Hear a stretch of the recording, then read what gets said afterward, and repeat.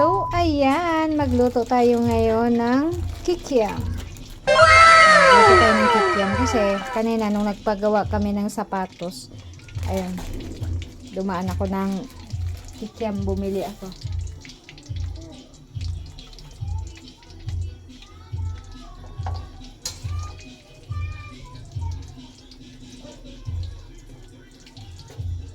Yan, kasi kagigising lang ng mga bata, kaya gusto daw nila ng snacks na kikiam. Magi-snack sila magalas 6 na. O saan ka pa, 'di ba? Hapunan na dapat, tapos sa kanila snacks pa.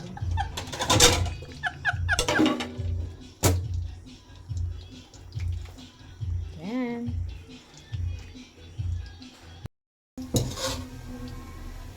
So, ayan. Kanina ang konti lang niya.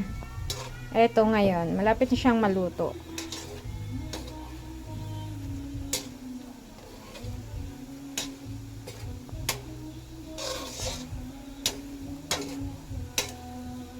Hindi na tayo gagawa ng sauce kasi ayaw ng mga bata ng sauce. Gusto lang nila, ayan, inaano lang.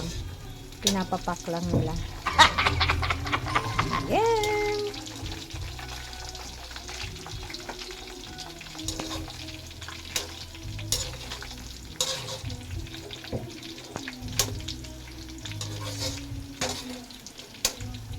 So, ayan.